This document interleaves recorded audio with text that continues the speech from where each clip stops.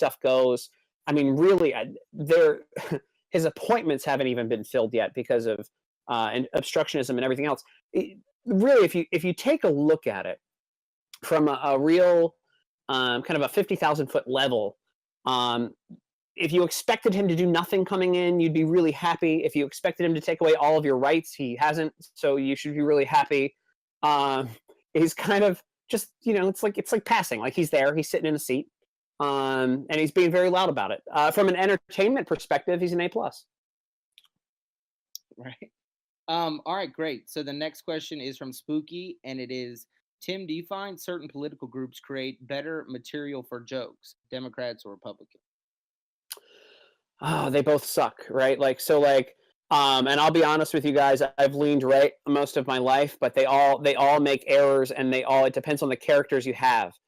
So, you've got characters like Maxine Waters and Bernie Sanders on one side. You've got, Steve King and gosh, who else is like crazy on the Republican side? Of course, who knows what'll come out of the Trump administration at any day. There's both sides have their positives and negatives, and I think it really, at the end of the day, it's a 50-50 split, and it just depends on who's got to defend themselves the most and who's the most emboldened to run their mouth that day. Yeah, that's for sure. Next question is, Myriad, what part of your education, either through schooling or by yourself, shape your political beliefs? Oh man, that's a good one. It's deep. That's really deep. I get a tear out of him here.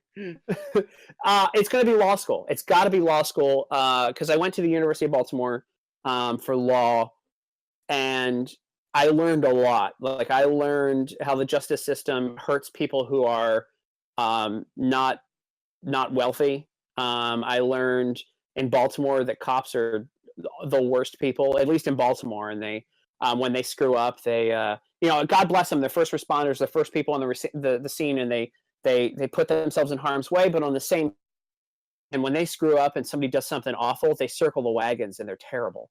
And so you learn so much about, you can't deny that there's social injustice, but man, it had to be law school.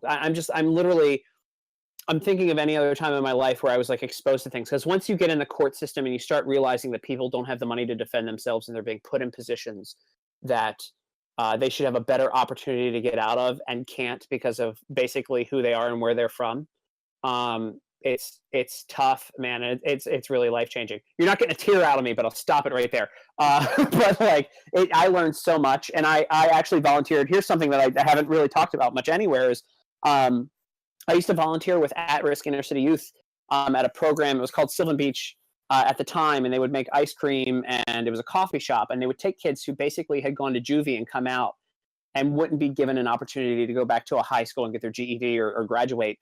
Or get work experience. And so I volunteered there and learned so much from those kids, and helped them to be able to be a functional part of society. Because what happens is, when you're not given an opportunity to get back into society and rehabilitate yourself and get work experience and get your GED or your high school diploma, is that you end up doing the same crimes again that got you in jail to begin with. And it's a terrible cycle that a lot of people have to live with, and a lot of people don't understand that. So yeah, it's very true. So the next question is Tim, what is your take on the new alt-right movement, Charlottesville, and some of the recent things that have been going on? Wow. Okay. I was cool with the alt-right stuff when it was against political correctness and we'll say whatever we want to say. I'm always down with freedom of speech. I'm not down with it when it gets into racist stuff and when it's white supremacists and it goes the Charlottesville stuff, when they were walking around with tiki torches or citronella candles or whatever they were down there. Not cool. White supremacy, Nazis, awful. And that's where I think a lot of the alt-right stuff goes too far. I don't identify as alt-right or new right or any of those things. I'm just kind of there and commenting on things, and I'm mouthy about it, and I believe in being anti-political correctness. So I think that there have been incorrect leaders who have taken the reins of this alt-right stuff, and it went off the rails. And then you start getting conspiracies involved in it, and it really goes pretty crazy pretty quickly. No, definitely. So I guess to follow up to that, it was a bit of a rebuttal. Do you believe that hate speech should be listed as an actual crime, or do these people, do you believe they do have a right to be out there? People have the right to be assholes. But the problem is this: if you make hate speech a crime today, something that we don't consider hate speech later on down the road will be considered hate speech, and then that will be limited. So, like, if you stop somebody from being an asshole now and saying, like, it's illegal to say something racist, which it's disgusting to say racist things. The next level is, okay, well then, you know what? It's hate speech if you speak against a senator. It's hate speech if you speak against the president. It's a very scary, slippery slope that you go down when you start labeling things as hate speech and making it criminal. But I mean, people can certainly be shouted down. Assholes should be shouted down for being assholes. So, next question is Spinach, and it is: do you think the jokes about Trump are getting old? You know what? The ones of him being like fat and orange, yeah, sure. But like, if he provides material by tweeting something fun, and by the way, I recently learned that when he tweets things that are ridiculous, he's doing it on purpose and laughing. For sure. So, like, if he's providing the material, he should be made fun of. But like the old stuff, it is getting kind of old, Yeah, absolutely. All right, so this is actually kind of a good one. Obama or Trump? For what? For president? Yeah. They have their ups and downs. Really, if you look at it, they're the complete opposite sides of the tracks from one another, which speaks to Obama's legacy not holding up, right? So, like, Obama, they didn't have the right successor in line for Obama either. Hillary was not a good follow-up to the cool, chill president that everybody would want to hang out with. And Trump is the, like, stodgy billionaire businessman who's had no rules on him, so he says whatever. From a comedy perspective, you want Trump there. From a guy that you want negotiating peace treaties, you maybe more Obama. It's 50-50. It depends. So I'm going to give the worst answer to this and go like, it depends on the day. Like, sometimes it's an Obama day, sometimes it's a Trump day. When it's like, North Korea threatening to bomb us, it's an Obama day. When it's like CNN acting out with Jim Acosta, it's a Trump day. Yeah, right. CNN projecting. Yeah. All right. So you kind of just led into, I guess, one I just saw. I'll ask that. What action should be taken to deal with North Korea, do you think? So I was on a plane next to a chief of staff the other day and we were in Southwest. I don't even know how we ended up on the same row sitting next to each other. Chief of staff from the Hill, a pretty ranking member. And we had this chat. And North Korea has been giving the same threats for 50 years. And I don't think that their capabilities are any better than they were 50 years ago. I mean, there was a few images that came out, I think from the New York Times or someone who snuck in there recently, maybe the Post, that showed like they're still using like wood burning engines in trucks. Like, these guys don't have the ability to blow us up. So I don't know that anything has to be, any action has to be taken there. I think if they do have the capabilities to do something bad, the moment that we move on them, South Korea is in some serious trouble, or Japan is in some serious trouble. So really, it would be nice if China could figure it out for us. We don't have to touch it. I personally don't want us to be in any more wars than what we're in. I don't even know where we all are. I mean, the Niger or Niger, depending on how douchey you are and you want to pronounce it, situation shocked me. It's like saying, saying Niger is like saying croissant when you go to get a croissant. And it's like an academic Olympics thing that people were trying to pull. You when you say it a different way, Yeah, I said Niger on the air the other day on a show, and the guy corrected me as Niger, and I'm like, come on, man! Everybody called it Niger 3 years ago. Right. Get over yourself. And like, most people can even point it out on a fucking map anyway. So. No, absolutely not. I don't know if you guys ever watched Where in the World is Carmen Sandiego, but you knew that the show was like on low budget when like the bonus round was Africa, and you had to like find the countries in Africa. Like, it was like they were giving it away when it was Europe, right? They were like, all right, well, we can give a kid the trip anywhere. He wants to go to Chicago. He lives in, Indianapolis. We'll give him that trip. But like, if he was like, I want to go to Hawaii, they're like, pull out the Africa map. We're stumping this kid. We're gonna get it, Yeah, this fucker's not going anywhere. So like, but where were we? Oh yeah, South Korea. Jeez. Let China handle it. We should. Trip. Yeah, the Cedar Point trips. Like, they're like, where's Florida? Yeah. And by the way, nobody ever noticed while we're here. Nobody ever noticed that on Nickelodeon, on Double Dare back in the day, they'd give people a full expense trip to Universal Studios Florida, where it was taped. Like, you want to stay here for another week? That's what we're giving to you because we got the hookup. Yeah, that's literally all it was. And yeah, I always wondered that. I'm like, how do these motherfuckers live here? I mean, or what's the deal? That's what they do. They probably live on the set. Mm-hmm. Or it's like, we're giving you tickets to Disneyland and we're not paying for anything while you're there.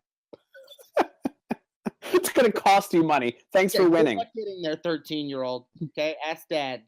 All right, next question.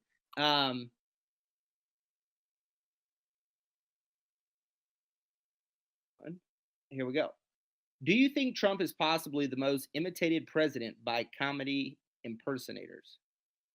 W was pretty bad back in the day, but Bill Clinton had a lot of them too. It's always it's all these hack comics that you have to deal with, and I get messages from them all the time. They don't know how to use the internet, or they'd be in this chat too, and they'd get offended by that. But like, I'm trying to think who has more hack impersonators. It's between Trump and Bill Clinton, and I'm going to say there's more Clinton guys out there right now than Trump. Wow, he's got to be pretty close. Although he's catching up. Yeah, he's got another couple of years. All right. Next question is kind of an interesting one. When is it serious enough to use a hydrogen or nuclear bomb on terrorists? Jesus. Let's ask the comic that one. He'll have a good answer for it. Yeah. I can't wait to take that one home. Never. Like, we got other bombs. We had that MOB thing that they dropped, right? We don't need to nuke. I mean, that kind of stuff like fucks with the environment and could really damage a lot of people. So like, I don't think it's ever serious enough to do that. All right. That was deep. That shit was deep. That was deep. The next question is there any risk involved with satirizing politicians? Satirizing? Is that one of those Niger ones, or am I just dumb? No, satirizing is a good one. That's an I read Ayn Rand books question. Is there any risk involved? Yeah. Sometimes they run into you on the hill, and they give you a look. That's about it. Like, I've been in, I won't say who, but there actually 2 times I've run into people who have clearly, one in particular was like, I know who you are. And it was a good feeling. But I tell you, you know who's really cool with it? Really, really cool with it? Maxine Waters. Maxine Waters people are great. And I have a segment on my show called Maxine Waters World, and they're great people and they're so cool with it.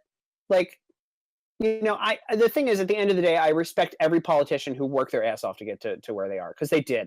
I mean, they dedicated their life. They knew that their stuff would be fully exposed, you know, and they opened themselves and their families up to so much criticism, and they're put under a microscope. And so, like, I don't care what your opinion is at the end of the day. Like, if you work to get there, I respect you. Yeah.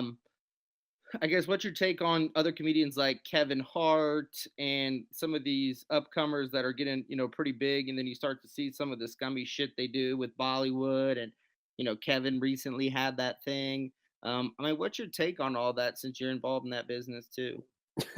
Comedians are well, let's answer easy ones. Bill Cosby was disgusting. Easy question. Comedians are depraved people.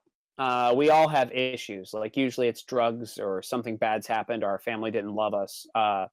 And so when I hear awful things come out about people and things that they've done, it doesn't shock me. Also, when you struggle for as long as you do as a comic coming up, and shit is rough, and you finally start getting money hits you in weird ways, and you start acting out, and sometimes you do dumb shit, and you know, think you're on top of the world when you're not. There's a lot of interesting things. One of the people who I saw you know, she probably would never recognize me in public ever, changed significantly was Amy Schumer. You know, when she got famous, she was famous. You know, she was like not hanging out with the same people anymore, not putting in the same, you know, time. She didn't have to put in the same time anymore. She was making good money and she was doing movies and stuff. So like people change, and money will get you in different ways. You think you can get away with stuff and do crazy things. And, you know, now, especially with the 24-hour news cycle on the internet, everybody's watching all the time. So you should be smart about it. No, absolutely. Next question is from Britt. It is, before the other nominees were eliminated on both sides, who would you have liked to see for POTUS, or would it have stayed where it is now? Did you prefer Hillary and Trump? So I'll tell you my take on the election, which is an interesting one. I think that only Trump could have beaten Hillary. I think Hillary would have beaten anyone else from the Republican field. And I think Bernie would have beaten Trump. So from an entertainment perspective, I think we got the best show. I would have liked to have seen that debate. I think at one point Trump was teasing a debate with Bernie when Hillary was the nominee. I think that would have been fun to watch. But as far as the other candidates, they were very run-of-the-mill, the Republicans that were running. And they were kind of it was the same old thing over and over again. So as far as like entertainment factor, as far as like something to talk about, something to be entertained, Trump was the right one for that.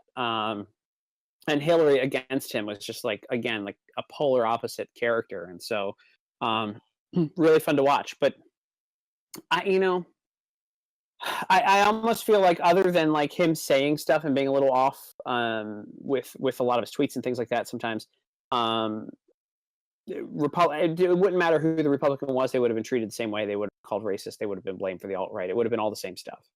I think the narrative was set up to get them regardless, and the Democrats had masterfully created that narrative. And Trump, you could have fit any Republican candidate into that same narrative. They just would have had a little bit different angle, and would have made it a little bit more difficult than Trump did.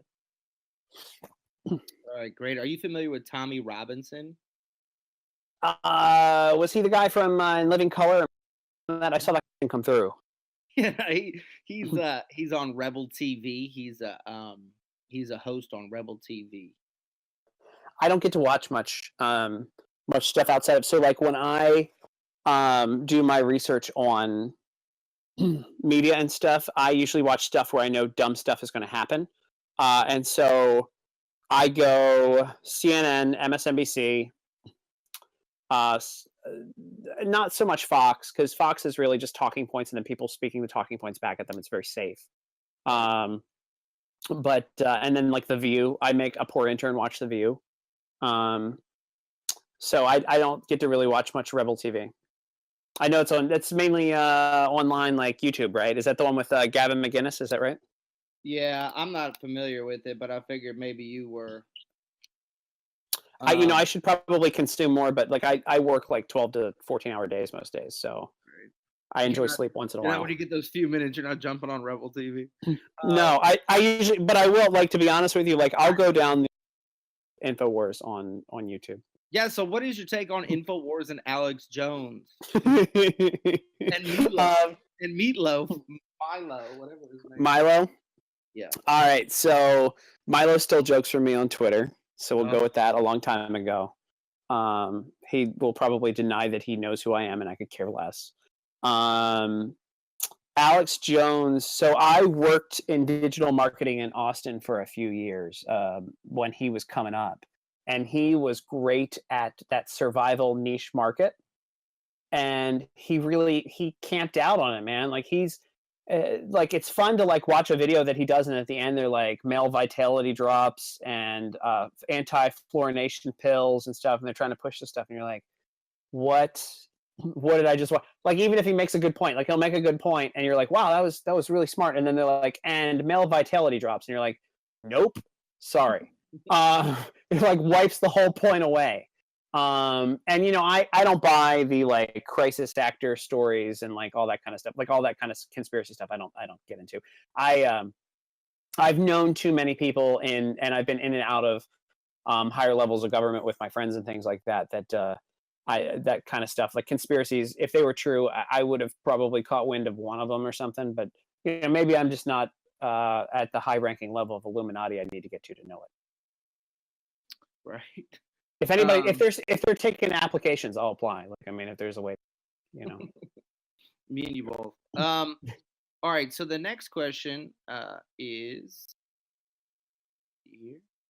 It is, how do you feel about social media companies like Google, Facebook, or Twitter combating fake news and online extremism?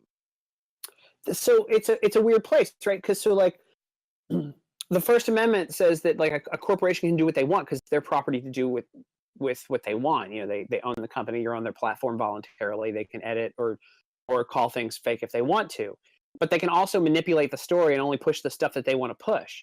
So do you risk the First Amendment by forcing Google to push certain stories a certain way or keep it wide open? And same with Facebook and Twitter, or do you let them keep running their company the way they are? I think really the fact that question is there, and the fact that people are questioning authority in places like Google and Facebook and things like that, says that they should keep operating the way that they are. And the fact the First Amendment's great that it's intact and that people can do their own research. And I hope that people are smart enough to know not to just look in one place for their news. No, absolutely. Next question is Ted Cruz truly the Zodiac killer? I saw that come through. I'm so excited about that one. Maybe. So I got to interview him a couple of years ago. I've interacted with him since then. He's a really nice guy. He's just kind of weird, dude. My friend dates a guy that kind of looks like him, and I question her. Because that's that's weird. Like him hovering over you. It's so weird. She dates. It's like a fat him too, which is like even weirder. But like it's like and if she's listening, she might be. You can do better. But it's. I like that people were able to connect that stuff to him. I'm really surprised. Like, did anybody see where Rafael Cruz was over the past week with the JFK files dropping? Is he hiding out somewhere? Or you want to go conspiracy? Like, where's he at? Right. Well, actually, that's kind of the next question from Tech, and it was, what is your opinion of the JF Kennedy files being opened and dropped and everything? And well, there's a lot of interesting stuff that came out of it. Like, there was one file that was glossed over that was like there was definitely a second, which like people like. I maybe that was like I get most of my information from like Twitter and everything else, right? So like. When I see these stories come through, I didn't get a chance to actually research to see if that was a thing where the second shooter was like confirmed. But I did see a lot of cool LBJ stuff coming out about him being a Klan member and stuff. Like, how great is that for the Democrat narrative? Like, I just kind of laughed at that. Like, this guy's like a hero to them, and it's like, oh yeah, by the way, he was a member of the KKK. And then the Russians thought that he actually was behind the murder of JFK, and the Russians were afraid of him. So you can cross Russians off the list as like people who like tried to go after JFK because they actually thought LBJ was going to go on like a reign of terror. So that was kind of a fun one. But it's really gonna fuck up the programming for the History Channel during the holidays, right? So like, they do like a full marathon of JFK stuff, and like right now they're like, oh man, we have to go retape a bunch of shit right now because these documents came out. Turns out he got shot 4 times. Our bad guys. Yeah, like my dad watched this like 12 hours of this stuff. It's literally the exact same thing every time, and they reenact it times in like Grassy Knoll apartment building or whatever business building over. And I could tell you like so much about this crap from like just having it in the background, like that, and like the plot of like NCIS, like a bunch of episodes of it. I could tell you and from then hanging you out. watch 30 episodes of The Christmas Story over and over. Yeah, like you can rotate back and forth. Do you want to solve the JFK murder, or do you want to get stuck to a pole with your tongue? I don't know. All right, so the next question is... By the way, there was a shoot your eye out joke there, but I'm not taking it. Don't. Yeah, that one. There was definitely one there. It's tasteless. Too soon. Or wait, is it too soon? Because that was quite a while ago. I don't know. All right, do you believe that political comedy had an impact on the 2016 election And do you think it has an effect when it comes to swaying people's opinions? It did, and not the way you'd think it would be. Trump got so much coverage, and people made fun of him for so long that it kept him the headlines nonstop, and that's how political comedy affected it. It wasn't like people were like, "Oh, this joke is swaying me a certain way or another." It's a, "Oh, Trump is in my face, Hillary's in my face." Um, but more Trump was in your face all the time, and it's like so much free earned media. It was like billions of dollars of free earned media, so it did influence it in that way. All right. The next question is from Kektosis. Let's see what it is here. When you said the lefties thought the guy was their guy until they found out he was KKK, why would that have anything to do with anything? True. The KKK is a Democrat institution with very few conservatives, even with the neo-Nazis and offshoots are left of center identifying as socialists. Yeah, so like I mean Robert Byrd, right? Like he was like a grand wizard, grand dragon. I don't know what their mythical term that they call themselves in the KKK nowadays. Like he was one of them. Wizard, epic. Like when he rolls the dice, he can defeat the parademons quicker. I don't even know. I don't know Dungeons and Dragons either. But you know, they really. I mean, the KKK was formed by the Democrats, and like Republicans were the ones who. I mean, Abraham Lincoln was the first Republican president. Like, there's this like myth that like the parties switch their stances on things somewhere in the middle. And it's like, yeah, okay, it's just good. It's good marketing on the Democrats' part to be dropping that and like being like, yeah, we switched sides politically. And they literally do that. I mean, if in your defense, I mean, you know, you look at it and you talk to the average person, they could, when you hear KKK or all, I mean, they automatically think Republican. I mean, it's just like that's what they do. Yeah. Oh yeah. And I think it's a lot of it's just lack of education on the average, you know, person as far as not only history, but you know, politics and stuff like that. I mean, you know, we live in this world here in politics and our users, and we all come here and we chat every day about what's going on, so on and so forth. But like sometimes, like when I go, you know, and I'm talking to other people that aren't as involved, they're like, "Yeah, I think I heard about that. Like Manafort or what's his name? He got arrested." Yeah. And you know, you get in your own world, and you know, I think sometimes it's like when you get out of it, you really start to see that. You know what I mean?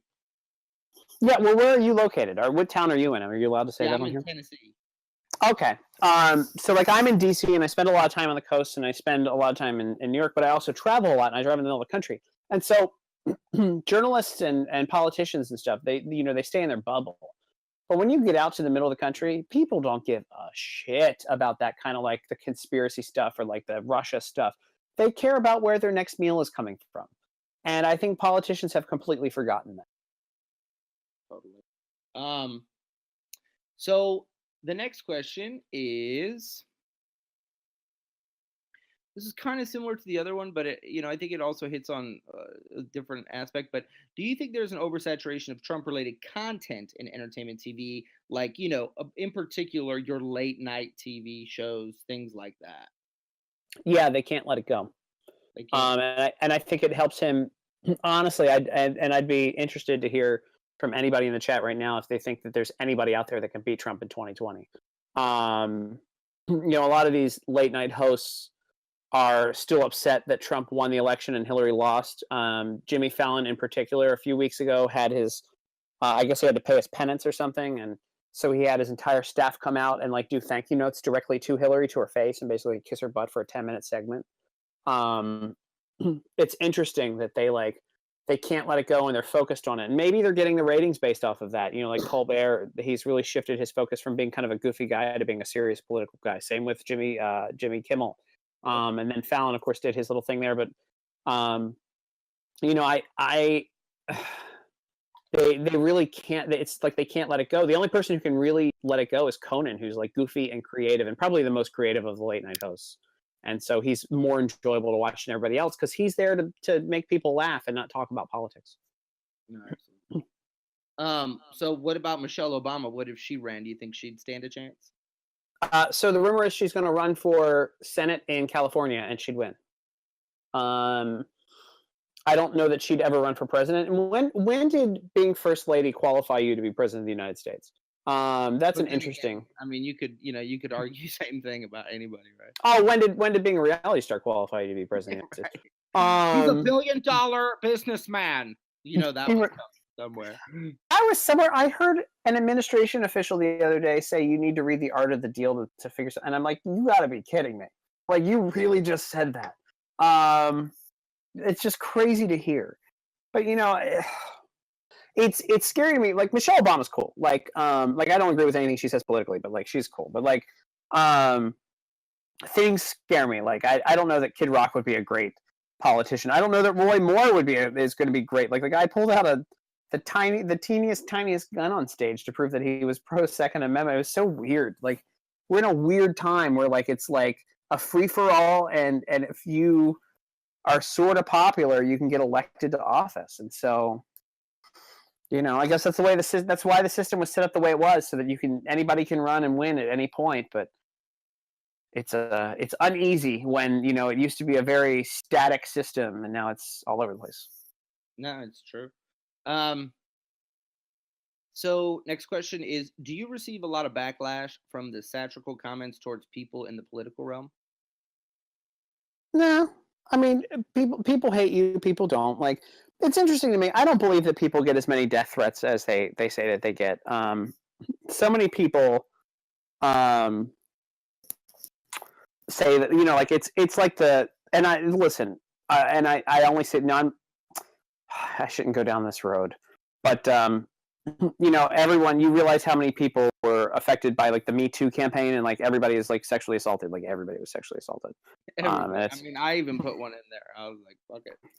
Yeah, I told people I would not ever make a joke about it because I just don't want to touch sexual assault. I know too many victims of it, and for real, and so like everybody says that they get like death threats and stuff. This is where I don't believe things. I mean, It's like out of the fucking woodworks, though. I mean, jeez, oh, man. And like it's like there's so many journalists that are like, man, I get threatened all the time. And then there was like, oh God, who's the crazy Newsweek guy that says that people send him like flashing pictures because he has epileptic seizures? Oh my God. There's some guy, like everything is so dramatic and everything is about them. Like I don't believe that backlash happens because I really don't get much backlash from things. Like I don't get many haters. I mean, like the most I get is you're not funny, and I've been hearing that my whole life. And so it's like, come on, just be creative. Right? At least threaten me or something. Give me something good, right? Yeah. Right. All right. So the next question is, what is your? Oh wait, we already did that one. Sorry. I love the names, by the way. I'm looking at the names. The admins, Titty Squeeze 69, Shitpost God. God, I love you guys. Anyway, go ahead. There's some really good ones. The next question is, why is it Donald Trump who gets pissed on for working with other governments, and Hillary was funded by the Saudis as well? How is that any better, or is it, in your opinion? It's worse. There was no protection there in that question either, by the way. Yeah, the Clinton Foundation. I've had a couple. Like, I love to post this chart that the RNC came up with, and the RNC doesn't have too many home runs, but they had a chart that came out of. It was like 30 governments or something that gave more than $50,000 to the Clinton Foundation as part of their pay-to-play scheme, essentially. And that's why like that side of the Clinton Foundation shut down when she didn't win the election, because I guess they had nothing to sell anymore. Like there's so many countries that influence or try to influence this election that way by being like a half a step off. And it wasn't looked at, it was glossed over. And then we have to take a look at ourselves, right? So like, and this is when I start to sound like a hippie. Or like my grandfather, which both, by the way, people who are far left and far right say the same things, but they say it in different ways, so nobody listens to each other and we all can't get along. But like, how many countries are we influencing the elections of? Like, how many countries do we have our hand in right now? How many governments have we removed to put in democracy, quote unquote, peacefully? Like, come on, like, I mean, we're supposed to act like we didn't see that other countries would try to influence our election after all the stuff we've done. Come on. No, yeah. So the next question is from a potato, and the question is, what has been one of the most interesting projects you've worked on? So I'll tell you the coolest thing I ever did. It's not politically related, and I'll tell you the politically related one. My buddy he used to put on little shows here in DC, and he got Ride Act Comedy Theater was a comedy theater about 5 years ago, big a venue, and he got to book it for once. And he wanted me to headline. I said, no, I'll come 1 second before the headliner, and I'll do some people and never forget. And he goes, okay, whatever. And so like only 3 people in the building knew this, and I did a big Andy Kaufman sketch, which you can find on YouTube. It's gone viral a couple of times, where I asked my quote-unquote girlfriend, who was an actress, to marry me on stage, and she rejects me on stage. And it's the greatest thing I've ever done. It was so groan-worthy and cringe-worthy. Like, I then proceeded, after she rejected me, and I hired 3 other actresses to be her friends to walk out after her. So there was no doubt that this was a thing. And I stood on stage and pretended like I would try to keep telling jokes. And watching the horrified audience was amazing. And then like there have been multiple articles, and the video's gone viral a couple of times. There's a few 100,000 views on the videos. That's probably the coolest thing I've ever done. And people still, like, to this day, don't believe that it was fake. And I don't blame them. It was actually probably the only good acting I've ever done in my life. And then recently, when I started getting into the political stuff, I got Ryan Zinke, who's now Secretary of Interior, to show me his knife collection, and then come up behind his desk with a knife in his teeth like he's Rambo. And he also put me in, there it is, there, somebody just found the video. That was quick. He put me in an arm lock and basically nearly snapped my arm off. And you could hear my wrist and elbow crack when he put me in like this like Marine death lock. So I got him to do some really cool stuff with me, and that was really fun to do. I think the best is yet to come. I can only tell you that I had a conversation with a big former administration official recently, and he has agreed to be on the show, and like there are a few other things, and we're gonna do just some wild stuff. Just tonight, the show had on Little Rock, Arkansas broke up with Amazon.com because Amazon is going around to try to find where its second campus is going to be, and Little Rock didn't meet the qualifications for it, and so they're like, you know what, we don't want you here anyway, and they wrote like a Dear John letter to them.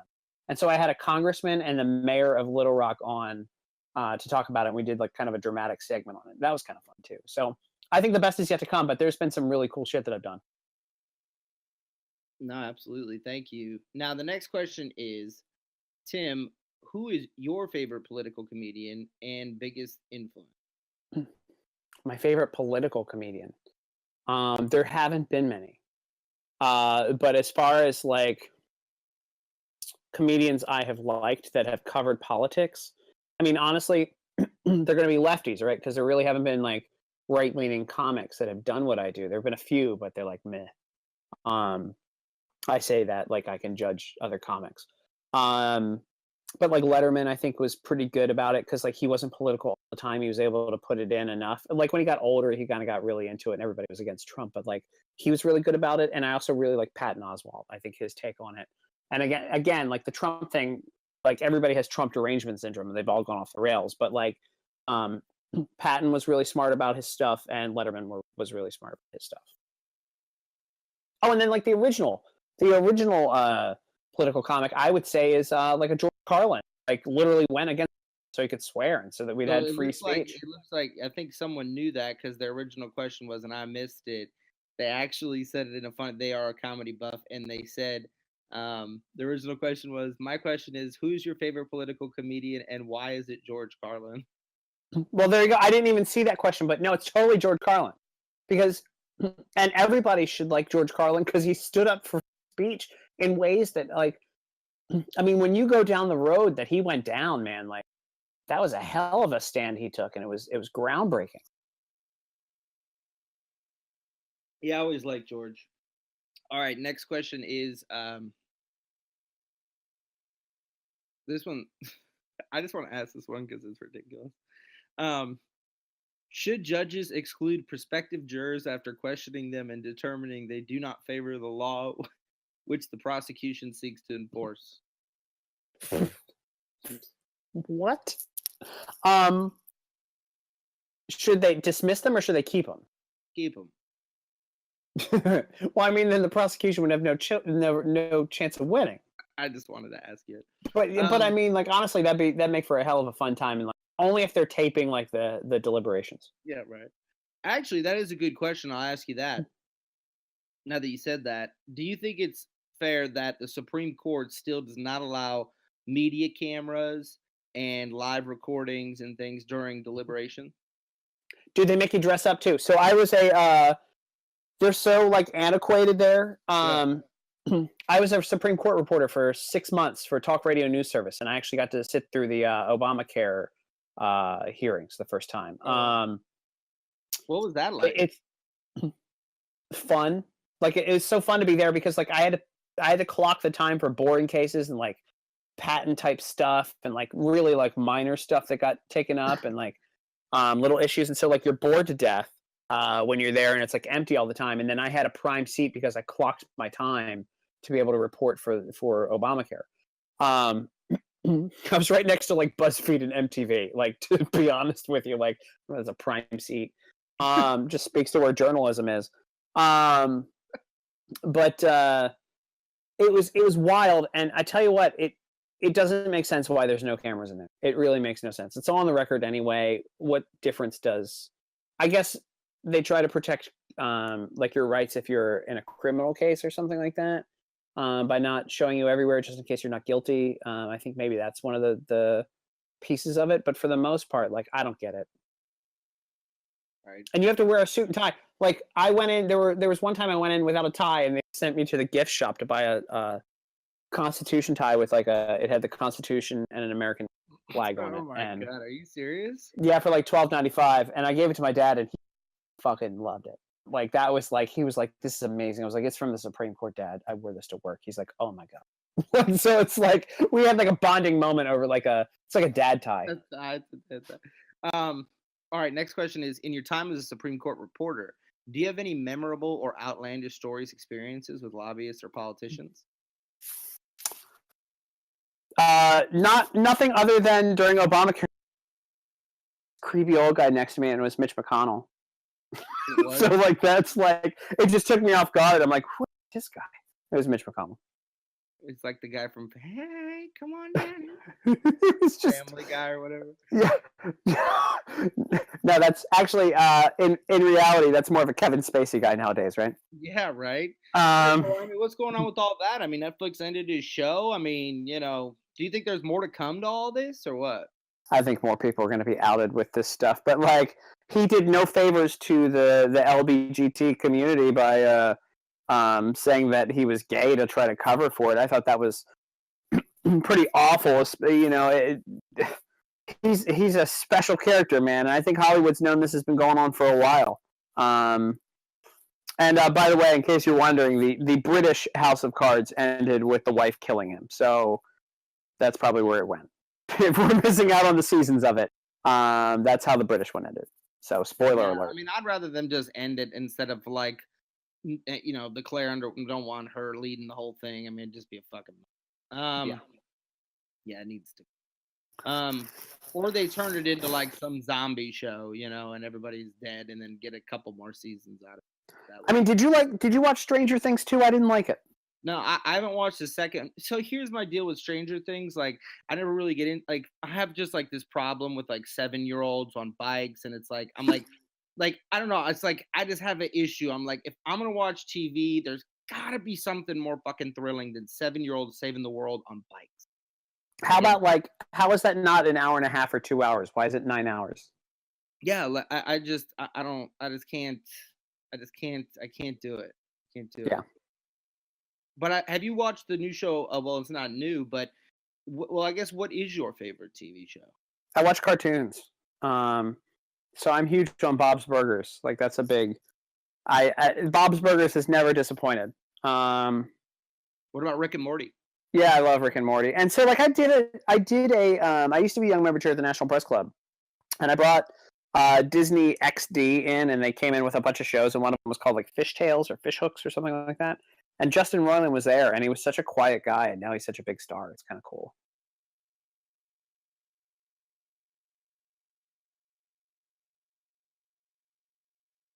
You there? Sass? We lost him.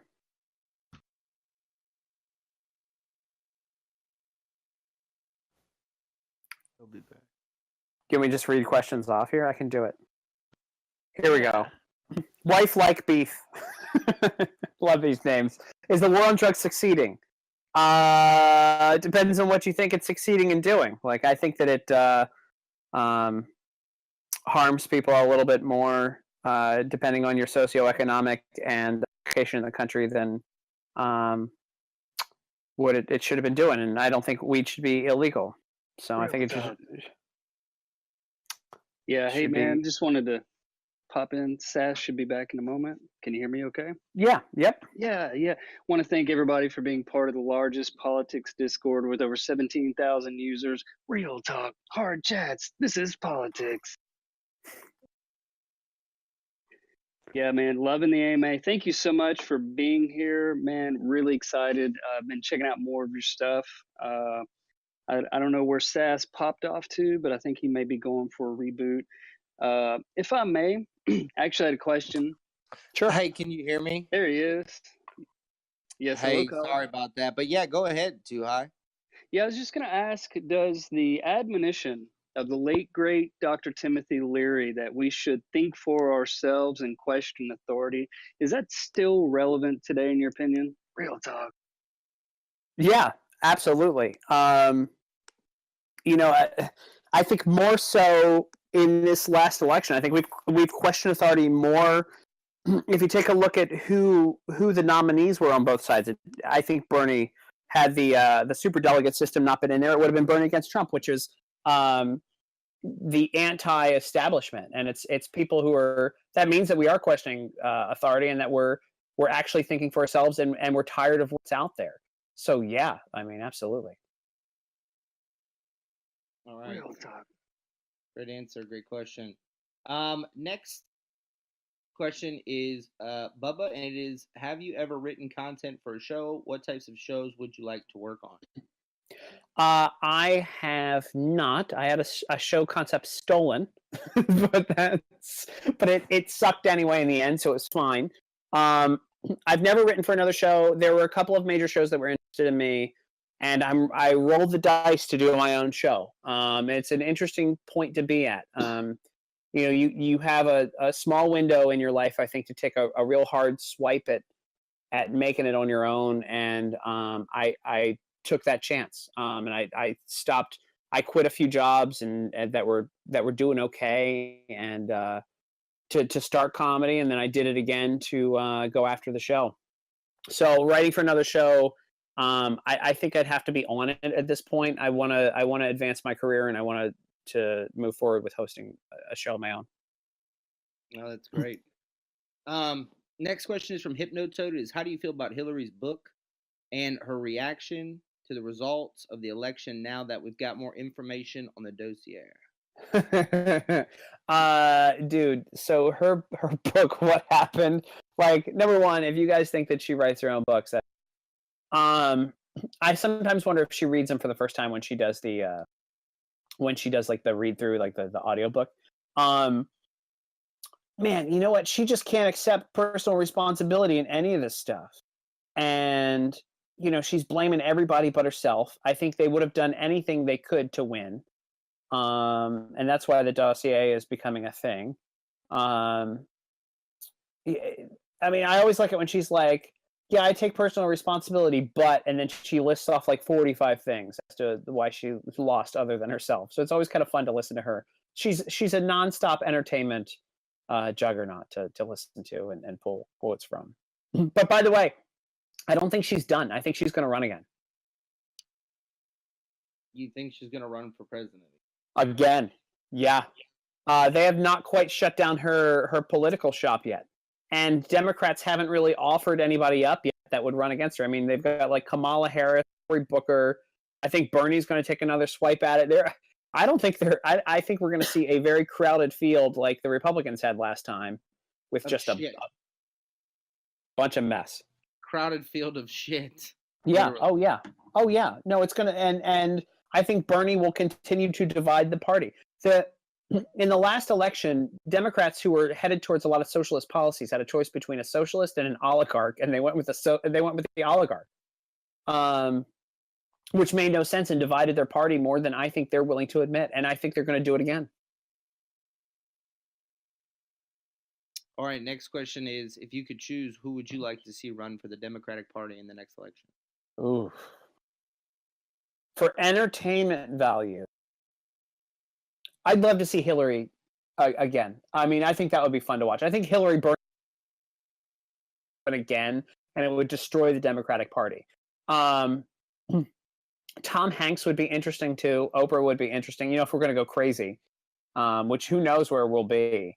But I think The Rock, when people say The Rock might run, I think he'd be a Republican. I think he's leaned right for a very long time, but won't admit it because it doesn't help his career to do so.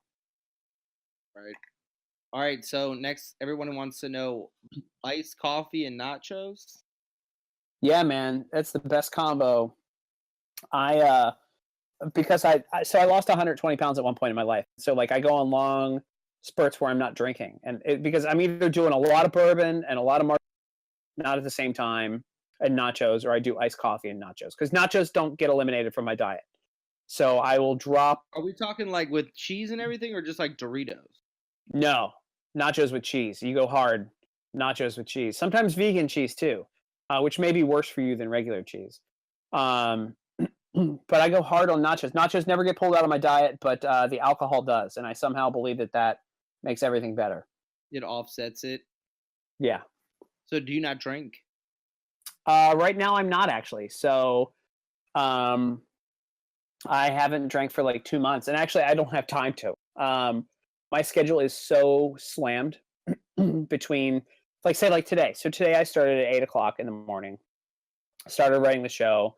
I had 6 radio hits. I had a TV hit that I actually had to cancel because I wanted to do this instead. And then I did this. And then after this, I'm going to be probably on another call tonight about the show tomorrow. So I'm pulling like, a 12 to 14 hour day. And if you drink in the middle of that, you just pass out. Like you're drunk and it hits you hard. So and then you feel like shit in the morning. And yeah. So speaking of which, Trump's made a big deal about the war on drugs.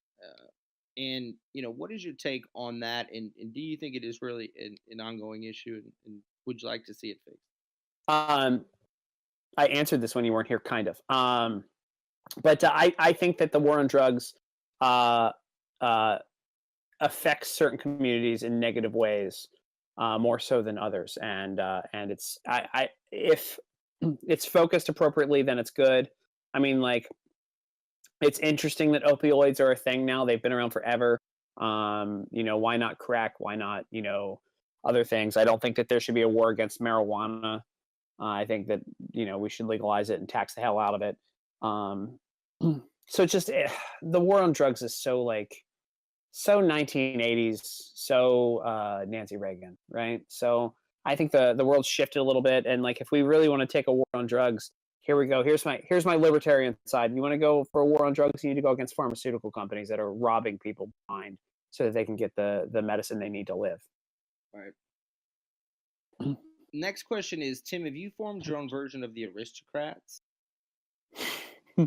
So, hear it? I have not. Because nobody beats Gilbert Gottfried, and like he's Gilbert Gottfried and oh my gosh, who was the dad on Full House? Shame on me for forgetting his. Bob Saget. Bob Saget, thank you. Those guys have mastered it so hard. Like trying to do it outside of that, like shame on anybody for trying to beat them. Yeah, I figured a couple things had come out about Bob, but I mean he's been. Dude, Bob's a party guy, but I don't think he ever took advantage of it. Like it's one of those. Like he's not a creepy guy. He's just a party guy. Right. Like if you're down, he's down, but he's not going to force it. Yeah, because he doesn't have to. That's the thing that I don't understand about a lot of these. I mean, you got to be a real creep in Hollywood taking advantage of people. Because, like, for the most part, like, and here in DC, like, why would you ever take advantage of someone or sexually assault someone? It's disgusting. Like, people all want to have sex. So, if you're not getting it, it's your own fault. Like, just get on Tinder or something and be nice to people, and Yeah, it's like, right, go on Tinder, but I'm a millionaire, okay?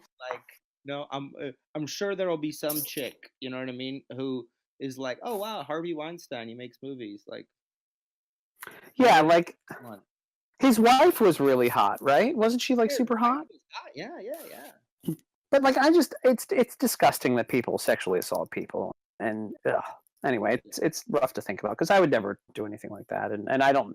It's and it happens a lot here in DC as well. People in power take advantage of people, and it's interesting. It's bad. Next question is: do you have any experiences with other more veteran comedians giving you help, assistance, or advice on how to become a better comedian? Patton Oswalt was very positive and told me a lot of stuff. Gave me a lot of personal advice. Took some time to sit down with me and go through stuff and gave me some tips. And Tom Lennon, who did Reno 911, we had a sit down once after a show for like 2 hours. Nicest guy I've ever met.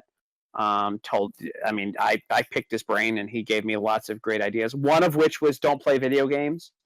Because he was like, video games are just like a 40-hour movie. Why would you do that? You sit and, and I mean, video games are fun, but he's right. Like, I don't have time for it. There's a guy, a lesser known guy who's really awesome though, Tim Williams, who is a host on Home Shopping Network now. He's great. But he told me once, and it's the best advice he ever gave me, and it's good advice for anybody anywhere, is like, never compare your journey to anyone else's. And you have no competition in life other than yourself. And when you put those two things together, it makes so much sense. And it's so like, because, I've seen people rise to fame and get paid lots of money a lot quicker than me. And I couldn't make sense of it. And it's either you sit around and mull around on it and get angry about it, or you just work on yourself and you put your nose down, you work hard. So. All right, great. Next question is, Tim, have you thought about going to Hollywood to do the stand-up circuit? There's plenty of people that love a good President Trump joke. Hollywood's oversaturated. So is New York. And so one of the tricks to what I did here was I wanted to do political comedy in DC. And I think I'll probably be here for my life. I think we're going to end up having a show here regularly, and like it's been received very well to do like a live show here. I don't know why there hasn't been a political comedy show based in DC ever. Makes no sense. And here I am. And so it makes sense for me to be here. All right. Well, that is the end of that. So I don't know if you're free, but I'm going to drop. Well, actually, we can just keep everyone here and I can just open it up, and then everyone's going to be able to speak here now. And there we go, sure. Everyone. You all should Real be talk. able to. Yep.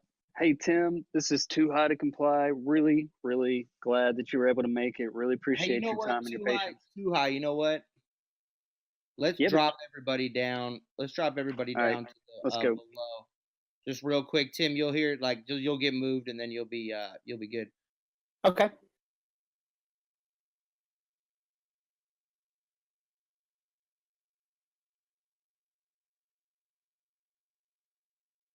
Yeah, all right. So Too High is gonna go first, and then whoever wants to go after that can go. Too High, go ahead.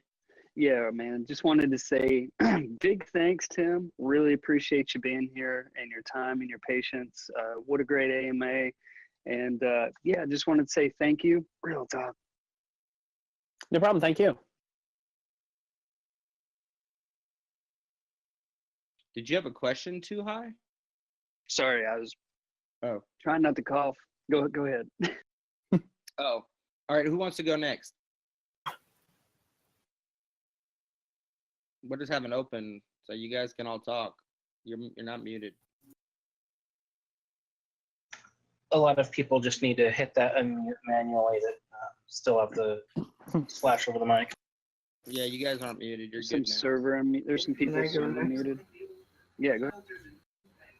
Oh, so all right. So I have a question. Should we this was frequently asked. Should we worry about international debt crisis? Yeah, it's interesting to me. So I'm not the best guy with money stuff. I'm the worst with actually, but I always feel like the world's going to get poor at the same time, or it's going to get rich at the same time. We all kind of balance out in the end. It just depends on what countries are holding other countries down. I think we should be worried about the international debt crisis when it comes to just caring about other human beings, but that's about the extent of my deep thoughts on that. Like I there are topics I'm really bad at, and I'll be honest with you, like foreign policy is one of my weaker spots. Real talk. Yeah, sorry, I was about to have a convulsion there for a moment. But yeah, I wanted to ask your thoughts on citizen journalism. Do you think it's relevant today, now more than ever? Just kind of your overall general opinion. Yeah, hell yeah, it is, because so for the most part, journalism has devolved into the first people who report it are your top journalists, right? So normal and there's no difference between a normal person and a journalist. Like somebody went to school for 4 years to learn how to tell a tale and how to write a story and how to do a little bit of research. But like if you break a story, and you uncover something, and you're a citizen that's not under the influence of a major company or corporation, man, you're better off, right? I think that's more quality. You can get more quality journalism from normal people just like paying attention and being honest and doing their own research than somebody who's influenced by a major company and has to carry the party line. Real talk. Thoughts on the education system? Oh man. So I came up through public school. The worst. So I grew up in Baltimore County, and I came up in my school was #1 in teen pregnancy and #1 in narcotics when I graduated. #2 in dropouts. We almost got the trifecta. And I learned more from that about human beings and how to treat others, and had some of the best teachers in the world in that public school. When it starts getting influenced, when like the overarching curriculum and stuff gets starting influenced by the government, and they're starting to put things in like kind of like certain different propaganda for different like left or right, I think it's bad, and it's kind of a scary place to be. Is austerity the answer to market failure? Man, I'm the worst at. I'm gonna go ahead. I'm bumping this one because like I am bad at financial stuff, and I could have an answer for you if I did a little bit of research on it. But ask me to tell you a dick joke instead. Okay. What's your favorite dick joke? That was really bad. There's one that Bob Saget does when he talks about talks about hanging out with a friend of his, and he's like, he was a really big guy, and he does fingers from the front of his mouth to the back of his throat, and he does like the deep throat thing, and like shows how big the guy's penis is. It's pretty funny. He does it so nonchalantly too. What are your thoughts on automation, unemployment, and universal basic income? I've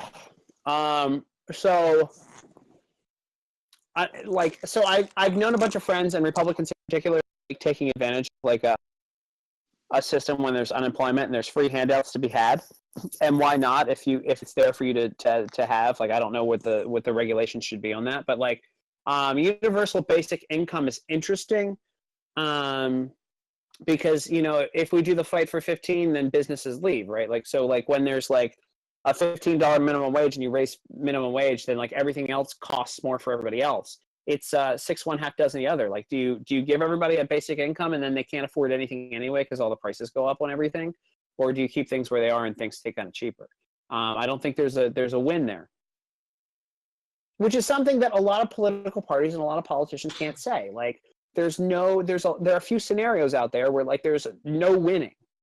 You can't stop a mass shooting with gun regulations or like the awful stuff that just happened in Las Vegas. There was no answer to that. There's no way that could have been prevented, because if somebody wants to kill somebody, they're going to get the weapons anyway. But like that doesn't pay the bills for politics. So like people have to go like to both sides of the extreme where they want to ban guns or they want to be super pro guns or whatever it is. But there's never like this like meeting in the middle where they're like, shit, we couldn't have stopped that anyway. Definitely seems like what automation. About artificial intelligence, do you think that is, where do you think that's going? Yeah. Oh, that it's creepy, right? What's the woman robot that they have out going around like doing the press tour?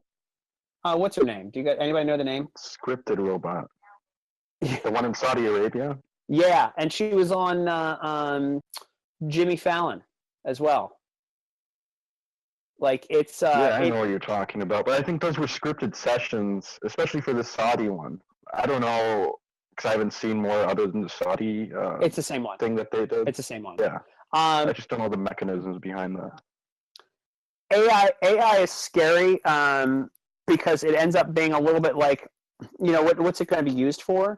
And if it's for like predicting behavior, which they're showing that they can actually do, and that's what a lot of like Facebook and stuff does with their algorithm, where they're going with it. Like you can start to potentially predict crime before it happens, and it turns into what's the Tom Cruise movie where they started arresting people because they would most likely commit a crime. Minority Report. Yes. Scary place to be. Should the president be able to authorize military force against Al Qaeda without congressional approval? Yeah, why not? Actually, I mean, he can, right? So he's got 90 days, I believe, or something like that is when you can go in and fight someone before Congress has to approve it. If we have to stop, I think not under the new ones. Not Okay. under the 2001 authorization force. He can do it for as long as possible. Bush, and he doesn't. You have to specify the objective. You can just deploy troops. Thanks to 9/11. Not specify an objective. Not specify a time period. It's just unlimited use. Well, that's thanks to 9/11, that and the Patriot Act, right? The reason why Bush was able to do that is because technically he just basically took all the troops there, and then he just said, are you guys, I have all my troops there, are you guys not going to actually commit to this and actually start war? And they're like, all right, fine. They just went along with it. So that's why it doesn't really matter, because president will just send all the troops there, and then they're going to be like, come on, you're not going to send all of them back, are you? And then they'll just go to war anyway. Yeah, there's always a workaround, right? Like that's the same thing with Obama and rapidly expanding executive orders. So now, everybody freaks out when Trump signs an executive order. Like, well, the precedent was set. So it's a scary place to be. Should the government make cuts to public spending in order to reduce the national debt? Yeah, I mean they should. I think the government should be smaller. I mean that's one of the reasons. One of the things. I'm definitely a fiscal conservative. Like I think that we spend a hell of a lot less on our federal government. I mean, you take a look at all of the crazy research that NIH has done, and all the money they've wasted on just insane things. Like there was a study they did. I think they spent $2 million to study gay men in Moscow, just their behavior. And it's what could that have done? Like either you cut that spending out or you put it towards helping people. So I have a question. What are your thoughts on Lenny Bruce, and do you think there's still room left in that battle yet to be won? I'll be honest with you. This is where I'm going to be a bad comic. I don't know much about Lenny Bruce, so that's going to be that's one of the weaknesses I've had. Okay, FYI, he's old school and one of the first steps towards free speech is stand-up comedians. Worth looking into. Yeah, that's look. I have large gaps in my my knowledge sometimes. That's one of them. It's a shameful one, so I'll admit that. Which more politicians should do, by the way. Yeah, right. Just admit you don't know it and move on. I know Kevin Hart. No, I'm just kidding. Yeah. No, I tell you what. I think my biggest influence as a comic though was Andy Kaufman, because he would just do crazy shit, and he made the audience the act instead of himself. Hell yeah. What about Abby Hoffman? Abby Hoffman? Who the hell is Abby? Should I know that? Are you guys gonna pull up stuff? You're gonna drive me into the ground. That's what's gonna happen here. This guy is the worst.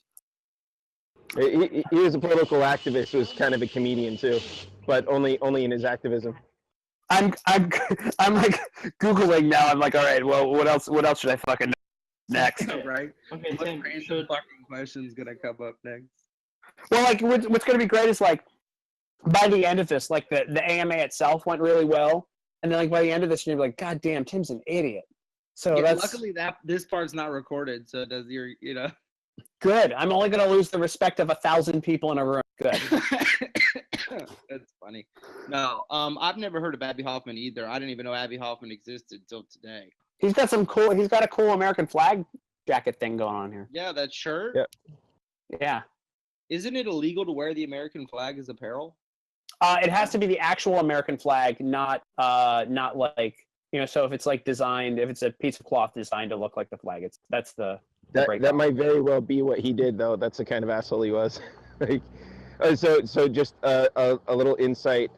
One of the biggest protests in American history was sparked by him and his group threatening to try and wage a protest around the Pentagon, holding each other's hands and using their psychic energy to lift it 5 feet off the ground. Okay, Tim. Yeah. Should local police increase surveillance and patrol of Muslim neighborhoods? No. I mean, they should just patrol all neighborhoods the same. You can't target people by their race. That's bad. Because I mean, like, white people are usually serial killers. Should we patrol their neighborhoods more? Come on, everybody's got to be treated the same. So you said you're a you're a fiscal conservative. Does that also extend to your thoughts on like military expenditure? Yeah, let me tell you something. It's crazy to me that like every campaign, every election, they're like, we need a stronger and more powerful military. And it's like, dude, even at current depletions, we're the strongest military by like a ridiculous amount in the world right now. So, I'm glad that we have a strong military. I think that's a line everyone has to say. I'm glad that it's voluntary, and that people put their lives on the line to keep us safe. But man, I don't know that we need to be spending more money right now. Maybe get everybody out of the crazy shit that we're in around the world and, bring them home. Okay, safe space jokes. Too easy or run on gag still to go? Fuck a safe space joke. Just go to a safe space. Like if you know a good like safe space like coffee shop or something, just go sit there and watch people and laugh. Like they're some of the weirdest people you'll ever meet in your life. Like I lived in Austin for 4.5 years, and like just some of the wackiest people go to those things. It's so much fun.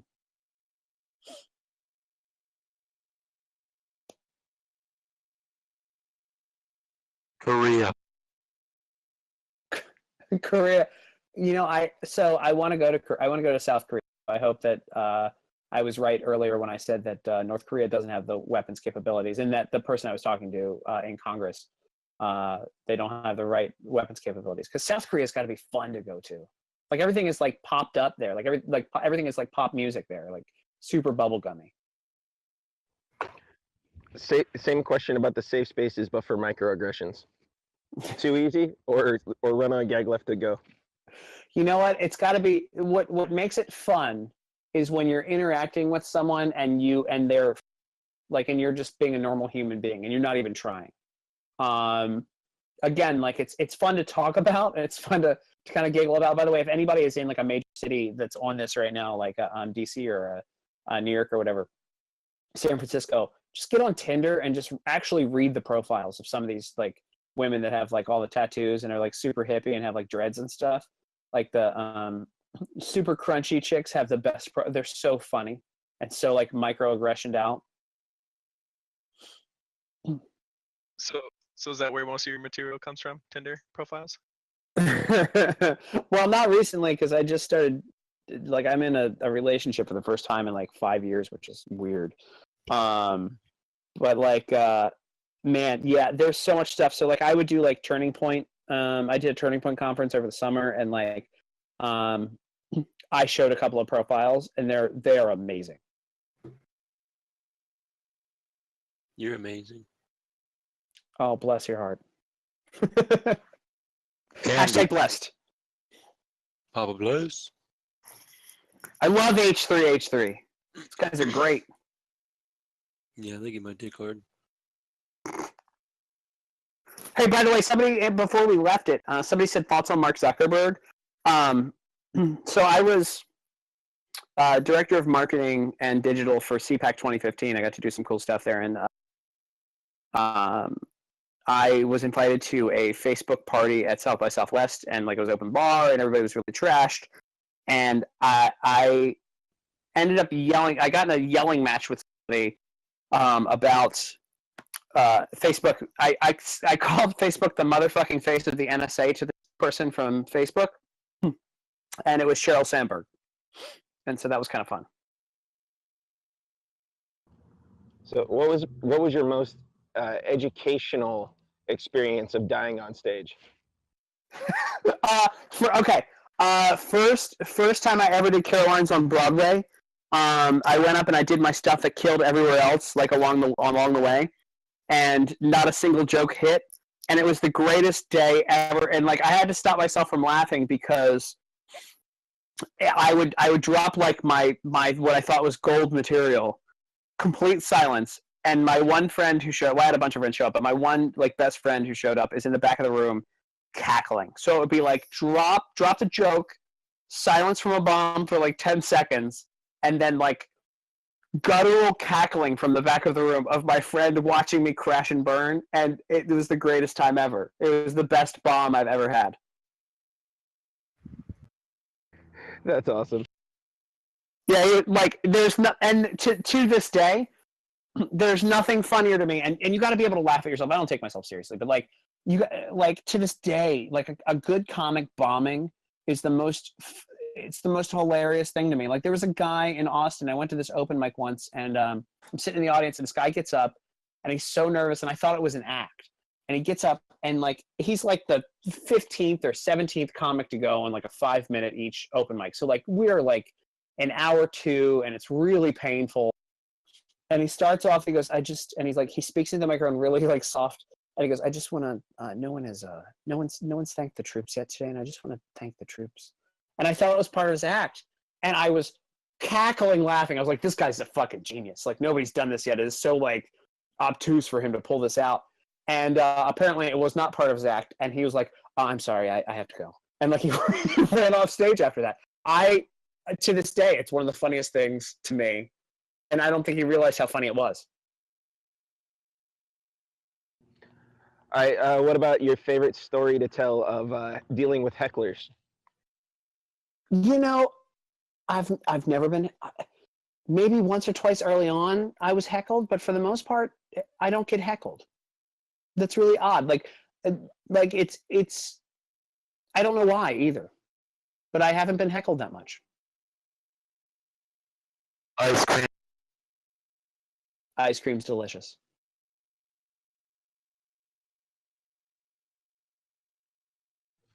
All right, what joke are you most proud of?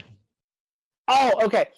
So I won a contest with this one, where it's very hard to do, like, because there's a little bit of motioning that I do, but like there was this has nothing to do with politics, and I probably should never tell it again because I'm a clean comic now. But there's a comic that won me a contest early on, a joke that won me a contest early on about a condom being lost inside my ex-girlfriend when it was her time of the month, and I pulled it out like a red flag on Double Dare. And I laughed and made that joke when it happened, and it crushed. And like it was the first time I really crushed with a joke, and I've since kind of retired it. But I love that one. That is a pretty good one. Yeah, then like I end off, I go like I passed off to laid down the rainbow slime slide, got up, grab the flag, and next week we're going to Universal Studios Florida. So yeah, there you go. Who is your favorite gimmick comic? Like a comic who's like lived off of like one line, like a Rodney Dangerfield or a blue collar comic or something like that. Oh, so I mean, nobody can knock. I mean, as much as you want to, nobody can knock Larry the Cable Guy. But like Yakov Smirnoff, man, that dude. You talk about a hell of a career he's made off of that stupid Russian shtick. And like he's got like his own theater and stuff in Branson, Missouri. He's made like millions upon millions for like doing like a couple of hits on Night Court back in the day. You might be a redneck. That's a good one too. Foxworthy, but Foxworthy is one of the nicest guys too. Like he's a really good guy. Yeah, he seems like a really I would have a beer with him and it'd be a good old time. Genuine guy, yeah. Like maybe not even a beer. Maybe you go to church. Like, like I feel like he's like wholesome. Well, yeah, where else are you guys supposed to get the beers from? Yeah, exactly. Do you have any comics who stuck with you who have like non-traditional joke styles, like Stephen Wright or Hedberg or Sam Kinison or something like that? I saw Hedberg before he died. He was amazing. Like his one-liners, the fact that he remembered so many one amazing way. Like there was nothing like him. Zach Galifianakis before he was famous. When he would play the piano and come out and pace his jokes in a very slow, like just meticulous way. And like maybe he'd tell like 10 jokes in 20 minutes or 30 minutes or something like that. And then like in the middle of it, every performance where he's playing the piano slowly and like speaking softly to tell these jokes, he'd stop and run out in the audience and berate someone for being too loud when they weren't. He'd just pick a person out and scream at them and then go back like nothing happened. Amazing. How did you feel about like in the, like the 90s after like Hedberg like blew up, like people like trying to copy him and doing like a really shitty job of it though? Yeah, fuck that. I saw a comic win a contest once. This is when I realized, like, I don't know if anybody out there has tried stand-up comedy or not, but stand-up comedy, like in like open mics and stuff, is such bullshit. Like I watched a guy basically get up and steal his style and like do like basically some of his jokes too in the middle of it, including the one that was like, what was it, like the ant farm one, like the DoubleTree one he did too, and like the DoubleTree Hotel one, and he won the contest. It's bullshit. Hey, what are you guys talking about? About stand-up comedy. I mean, I watch a lot of stand-up comedy, so I'm really familiar with a lot of the different performers. Jesus I wasn't. Christ. I mean, Mac, this is post AMA, and our guest is a stand-up oh yeah, comedian. I'm familiar. Yeah, I'm familiar. I was reading it. I wasn't able. I was like in the car. I couldn't talk. I wanted to ask, like, I don't know if someone already asked it during the AMA though. What was your experience like the first time you ever did stand-up comedy? Like, I was nervous as shit, but dude, you get such a crazy high, like the pop you get from a crowd. So you're shaking, you're nervous, your hands are like cold and sweaty. I sound like I'm about to get into an Eminem song. And the first laugh you get, and the first solid laugh you get, is like the coolest feeling in the world. And then, like, as soon as I got off stage, I had like an anxiety attack from like coming down from the high. I can imagine, dude. It's like the one career that's like made for like. It's pretty much like if you don't have narcissism before, you're gonna have narcissism after, dude. Well, you have to, because like, so you get told you're a shithead and you're not funny, like so much that if you're not a narcissist, like you're gonna kill yourself. Like there's like no. Like if you can't combat it with your own personal attitude and ego, then you're gonna die. Like you're gonna cry yourself to sleep every night and go into deep depressions. So, what do you think about improv? It's the worst. Really? Like, dude, improv people. So like, improv people think that they're artists. Stand-up comics think that they're like losers. Like so, like I did a thing a long time ago. It's called Stoop Stories, where it's like a storytelling thing. It's run by improv people in Baltimore. And the head of like the Baltimore improv group gets up and does my intro for me. And she talks for like 2 minutes. It's the longest, most drawn out thing. It's like about like how comics and improv people don't get along, and she's like basically it's the most uppity shit ever. And I get up and it's like a family event. Like it's like 600 people at this like theater for charity and blah, blah, blah. And I look at her, and before I tell my story, I go, nothing says I fucking hate the next performer like that introduction. And the place erupted because everybody was like, what is this pretentious bullshit coming out of this person's mouth? Like, that's the way my experience with people who do improv professionally, for the most part, is, again, they think they're artists. Comics are like, they just think they're losers. So, personally.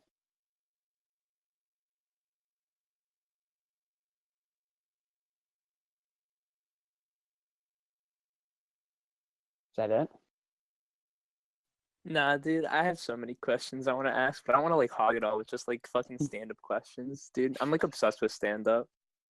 It's the worst. Don't ever do it. I'll take. How about we do like 3 more and then I'll bounce out so I can go back to work.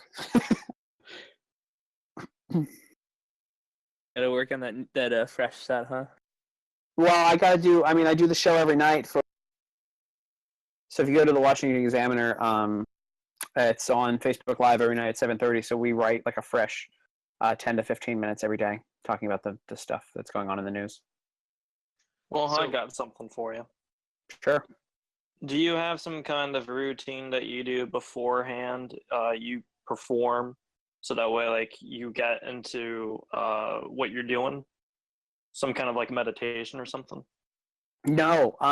So I do two things before I perform. One, I watch the crowd to see who's in it and what I'm going to be up against. Yeah. And I've been pretty good at like kind of judging them, and what I should start with. And two, it's what I don't do, and I don't drink and I don't do any drugs or anything like that. Like basically ever, but like before set, because I want to make sure that I'm like totally able to hit every one of the spots. Because I'm there to work. I'm not there to have a good time. If I have a good time, it's like a sidelight to me. Like I'm there to, people have wasted their time and money to come see me, so I want to do the best I can.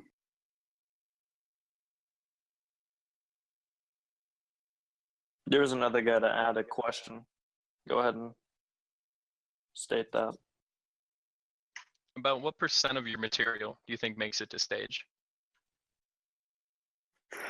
So before 5 to 10%, once it gets past like testing and everything else.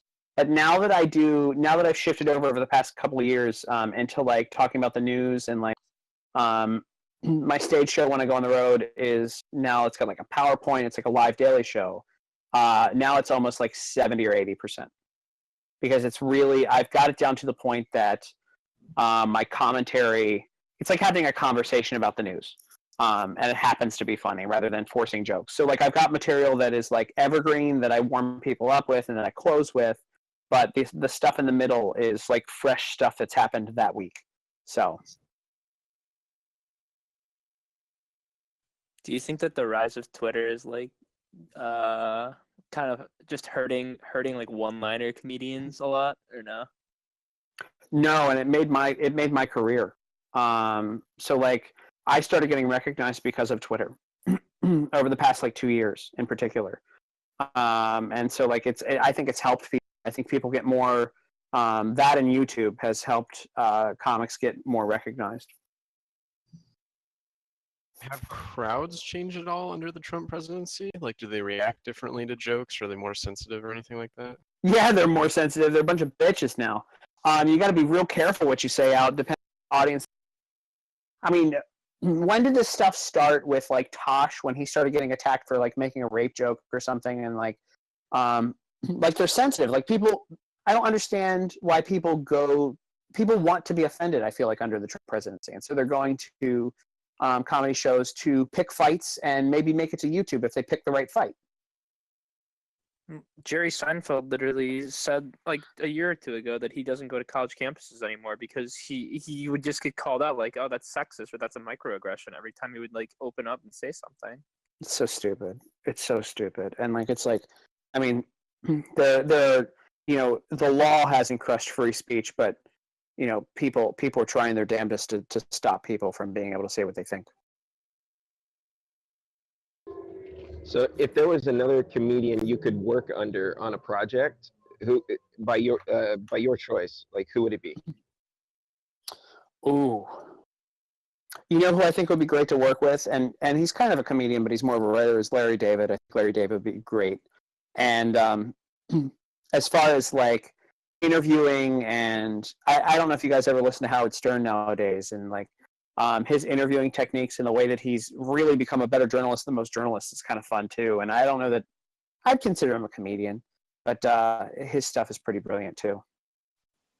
Wait, Larry David's definitely a comedian, dude. Curb Oh, yeah. Enthusiasm is funny as shit. Howard Stern.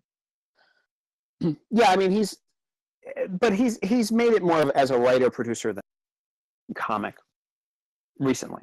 Like he started off as a comic. He was apparently a real curmudgeon as a comic too. He's never changed apparently. So Louis C.K. he has his own little project he did where he made Horace and Pete with his own money, and he says he made that money back and is going to make another, or he's made another movie. What are your thoughts on that sort of way of utilizing money and building projects yourself instead of going to, the big filmmakers or networks? It's brilliant, and that's the magic of the internet nowadays. Is that why not? Why avoid all of the red tape and having to like be edited by a bunch of people who don't know you or your work anything else when you can do it on your own? I think Louis C.K. is a brilliant comic to begin with. I think his treatment of audiences is also brilliant. I mean, the fact that like he retires his material and writes an entire new hour and a half or whatever every year, like that's like he respects the people who pay to see him, and his, I think it's smart to stay out of the system. Let's do one more and then I gotta run. Anybody who hasn't asked one yet want to ask?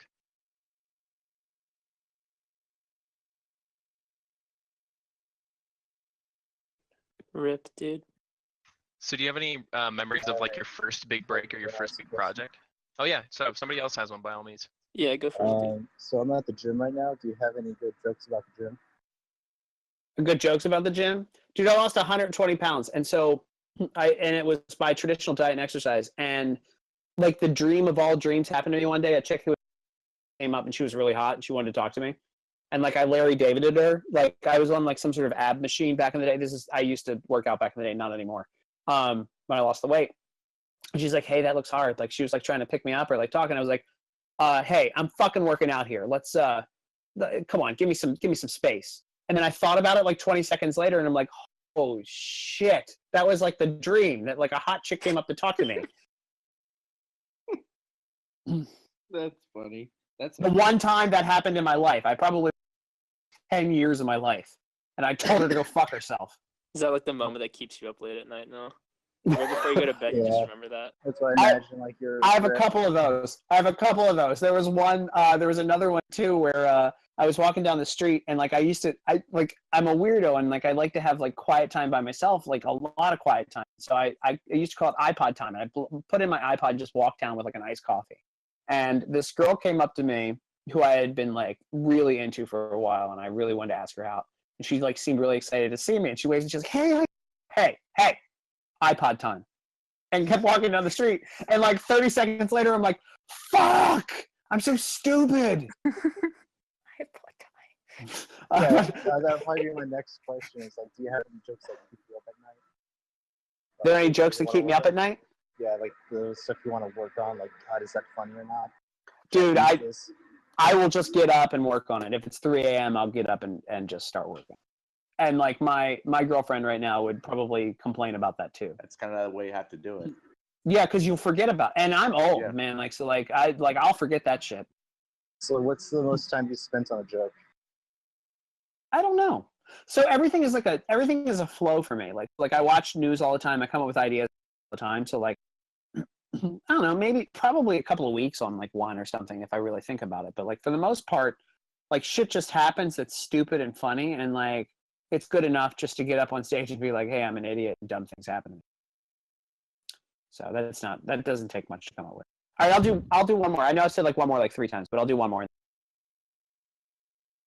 Is it easier to write political comedy than like your standard comedic set? Yes, very much so easier because there are so many fucking idiots on TV nowadays that like they give it to you. Like they're literally like it really does. It really does. And like the thing is like on a slow day, I know where to like tell interns to go look for material. So like if it's a slow day, I'll be like, all right, hey, go check out The View. Just go watch The View and just see what they say. And like it's literally so dumb. And then or go watch Chris Cuomo. Like when Sebastian Gorka would go on and talk to Chris Cuomo, I'm like, just go get me the whole segment. It's going to be great. This guy's like, and that was probably the coolest shit that's happened to me so far is that like when I was doing the show at Caller, I get a call from a buddy of mine who's British who I hadn't talked to in a while. And he was at this fancy dinner party with Sebastian Gorka. And he goes, at the end of the party, Gorka goes, you got to see this. It's hilarious. And he pulls it out, and it's fucking me making fun of him going at Chris Cuomo in the morning. And he's like, they're all laughing. And then Gorka followed me on Twitter, and I'm like, holy crap. That's fantastic. So, like, it's such a like that's the coolest thing to hear is like that these guys are watching it and they're like Yeah. And I'd love to tell you who I can't say because it was off the record, the meeting that somebody the other day, and dude walks into the meeting and goes, "You were such an asshole, but it's hilarious." And I'm like, "Oh, shit. Well, great." And so, like, I know that the administration watches my stuff. So it's kind of fun. Yeah, that's great. Yeah. So thanks, guys. I got to run Tim, and. hey, Tim, hey, thank you for coming, man. We appreciate Yeah, it. You're always absolutely. welcome back. If you're doing any new gigs, got some new things going on, please stop by, share with us. Everyone loves you. Thanks for coming by. I'll message you and also give you some info with the AMA clips and all that. So thanks again. We really appreciate it. Sure. Thanks, guys. And if you haven't followed me, like I'm on Twitter at Tim Runs. So. Yeah, we have an announcement, and I'm going to put out another one now with your Twitter and website too. Awesome. Thanks so much. Thanks, Tim. Thanks, man. Thank you Fun. very much. All right. Yeah, Bye. got it. Bye.